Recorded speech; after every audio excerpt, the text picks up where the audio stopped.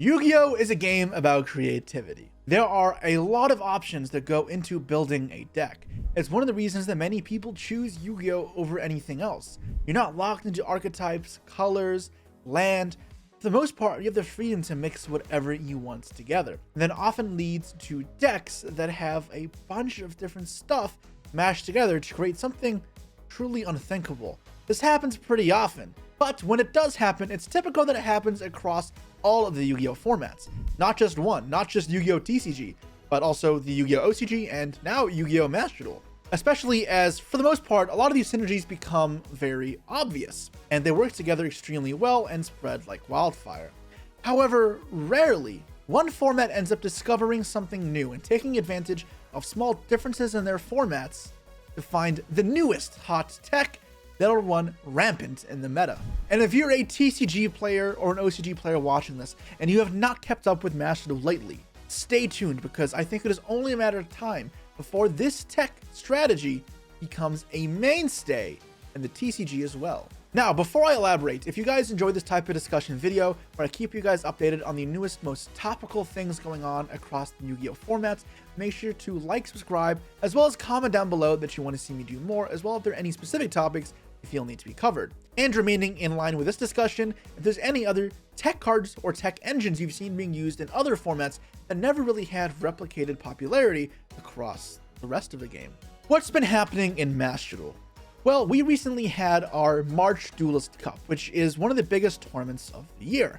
Players are competing for a chance at the World Championship and play 72 hours non-stop to prove their skills. If one thing was clear from this, it's that the best deck was Snake Eyes, but not Snake Eye as Amina. Like, it's actually a different variation using a different engine that has seen very little play in other regions. And that is Millennium cards. Yes, the Exodia engine that most players have thrown into their bulk box because I don't want to play Exodia. But no, these cards are phenomenal, and I have talked about them several times on the channel as something that I see great potential in. In Master Duel, they finally had their chance to shine. That being said, they used extra synergies that even I didn't anticipate.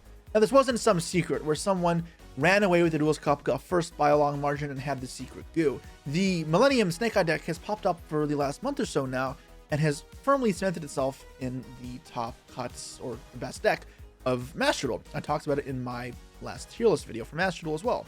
The scope and efficacy of the Millennium cards is something that most players, myself included, may not fully understand. Now, I guess before we get into the nitty-gritty details of what makes these cards so good, let's talk about what they actually do.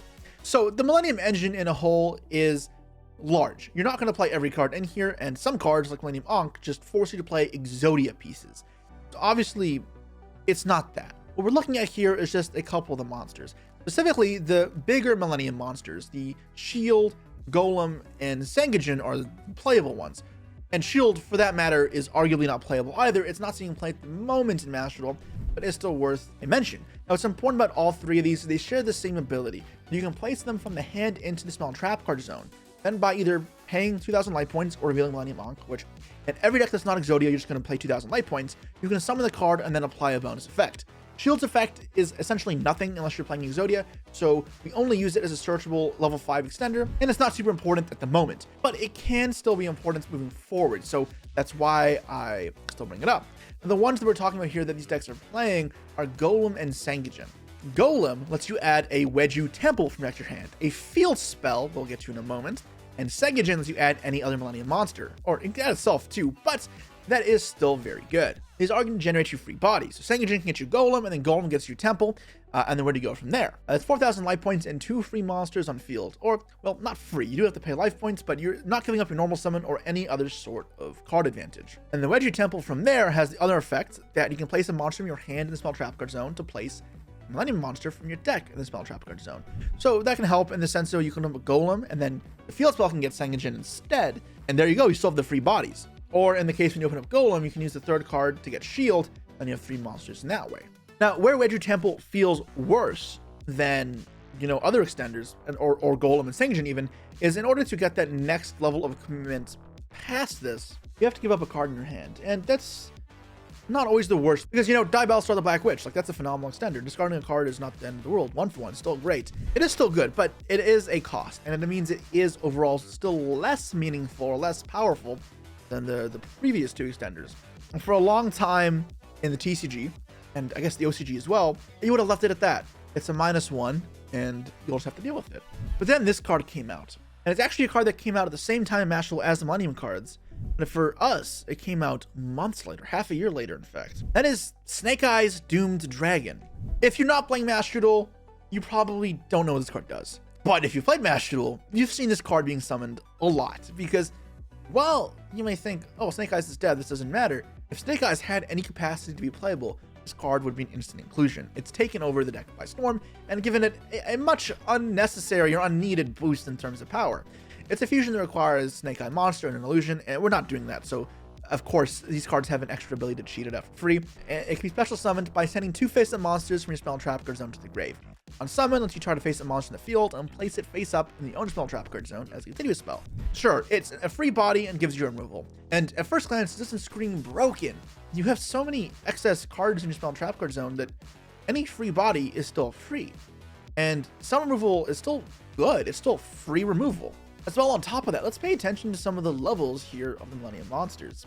Millennium Shield is a 5, which is the worst one, so thankfully it being the worst Millennium is okay. But Golem is a 6, with, guess what else is a 6? Fiendsmith cards.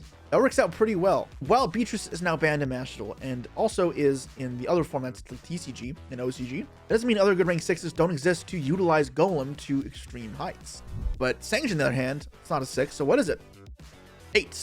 Also fantastic, because with Snake Eyes Doom Dragon, you can make Photon Lord to make an Omni Negate or a Monster Negate to protect from Ash, from Nibiru. Even Charmies, because while it doesn't seem intuitive to play around Charmies, if you summon the Golem and such, people may hold their Charmies until you use like a Fiendsmith effect to get a guaranteed draw, but if they do that, they could succumb to your Photon Lord. But that's not the only rank 8 that matters. There's also Zombie Vampire, and this one is my favorite because this card is insane. Most combo decks would kill for a way to summon Zombie Vampire with little commitment. Now, of course, the Horus cards do something similar, but the Horus cards play way worse into Ash, as well as they do require at least 1 brick in your deck, and Kingstark isn't fantastic either. We're playing Sangajin plus Golem and Temple doesn't. So you get out this Zombie Vampire with a free level 6 setting next to it as well. The Golem is still going to be there, and then you get to mill 4 cards, summon a monster, and pop off. As well as the added benefit, you just get to see what your opponent's playing. That's so awesome.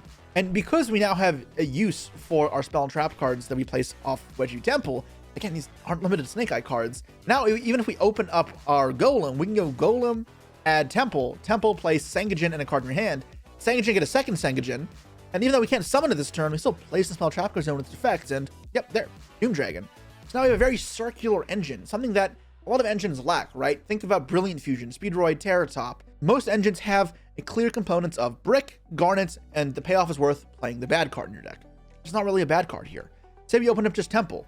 Temple, get Sangajin, get Golem. That is worst case scenario, and it's still fine. And even if you rather Zombie Vampire instead of the extra Golem, you can Sangajin for a second, Sangajin or for the Golem, it doesn't matter. Place it, and then you just miss the Golem. It's still going to give you Temple plus any monster in your hand without a normal summon, converting into Doom Dragon.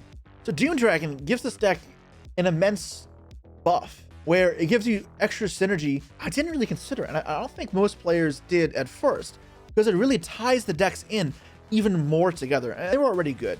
Now, that's not to say that no one's ever experimented with this engine in Snake Eyes. Patrick Hoban, for example, had success with it back in the NAWCQ, but for the most part, it was relegated to the sidelines as better options were deemed more viable. This synergy, at least, wasn't available. Now, there is still another synergy with Doom Dragon that isn't Millennium related, or kind of is, but we haven't talked about yet. And that is, guess what else is a monster in the spell and trap card zone? The Fiendsmith equips. Go back to that position where we drew the Wedgie Temple instead of the Golems. We drew the bad card in the deck. And I say we get the Golem out instead of the Doom Dragon. So we still have our 1 card in hand we place in the spell and trap card zone. Say it's a Molcharmy Fuwalas. We can go normal summon another monster. Say we have a second Fuwalas in hand. Our hand wasn't great. Go into Moon, keep up the Sangajin, or we could link that off if we don't need the 8, but, and I say in a world we do. Make our Moon, Requiem, Engraver, Requiem equip, Instead of some Necroquip shenanigans, Doom Dragon fills a similar role. Send off the Requiem now, and the Food Loss we placed earlier, Doom Dragon. Now we can make Zombie Vampire with the Engraver still sitting there, not having Reborn yet. All our options still yet to be seen.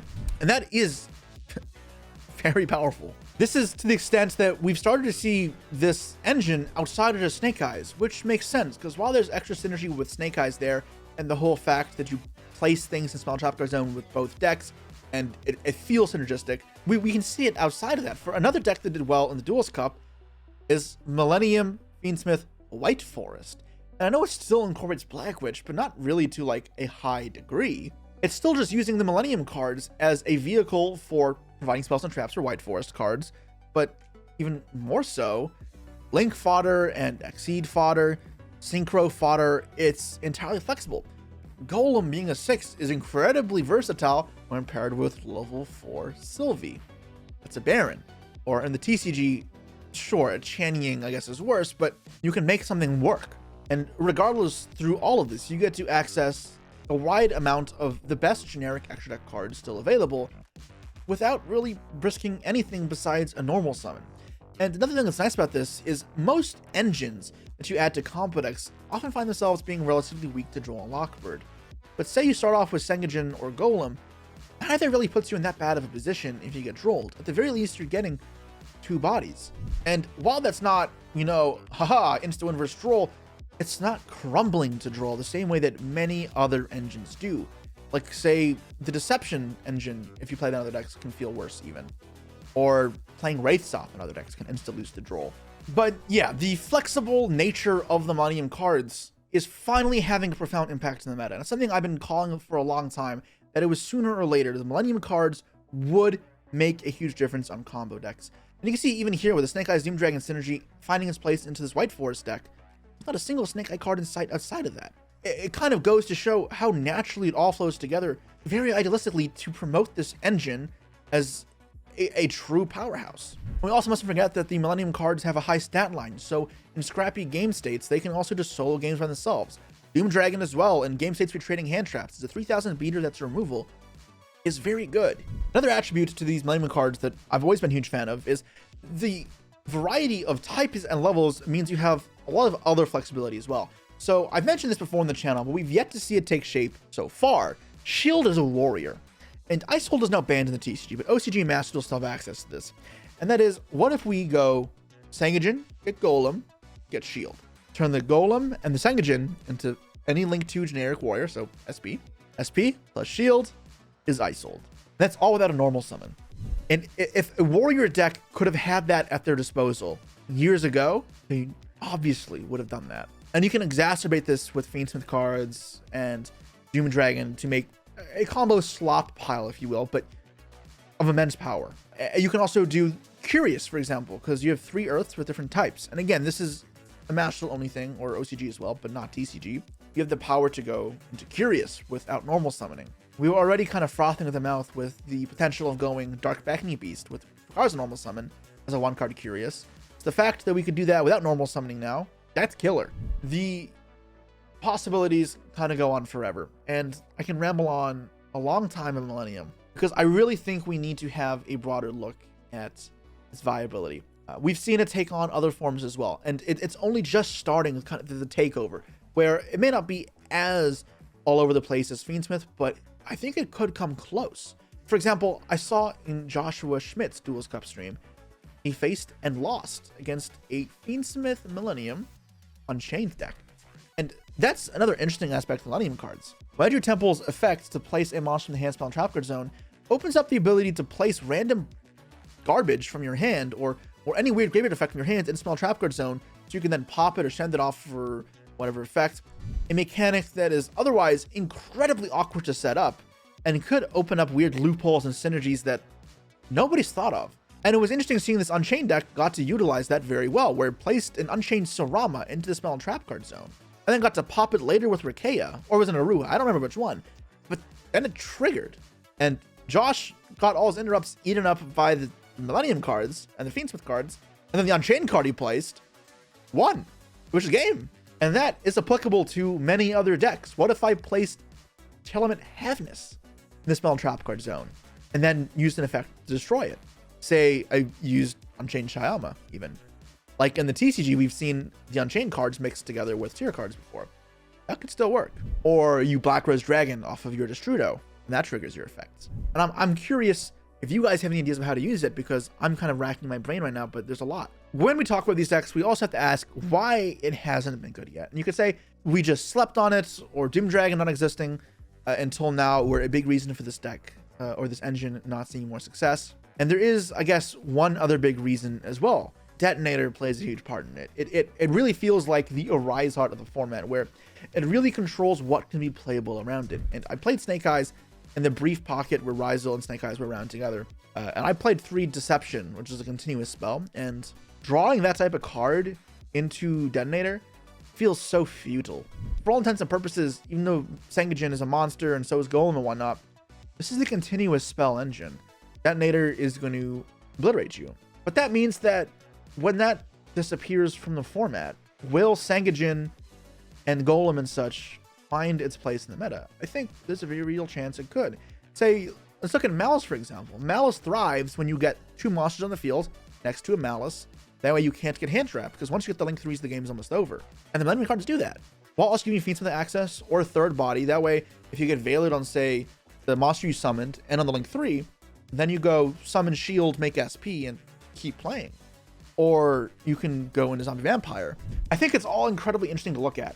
I have high hopes for this deck in the future. I would not be surprised if at some point we start calling for parts of this engine to start being hit, in the same vein that Fiendsmith or the Brilliant Fusion or the Terratype or the Instant Fusion package has done before.